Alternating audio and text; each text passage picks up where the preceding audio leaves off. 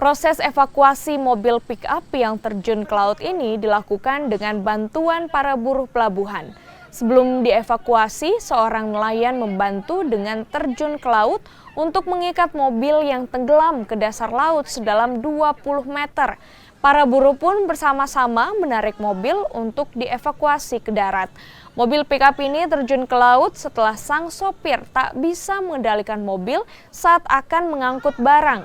Sopir tersebut rupanya hanyalah buruh pelabuhan dan bukan sopir sesungguhnya.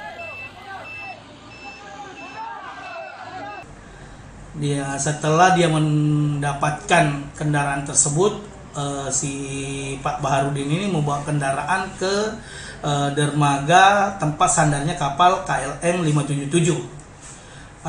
Dia tidak bisa melintasi mungkin kendaraannya yang agak kencang, jadi dia tidak bisa menginjak rem dengan benar, sehingga mengakibatkan mobil L300 tersebut masuk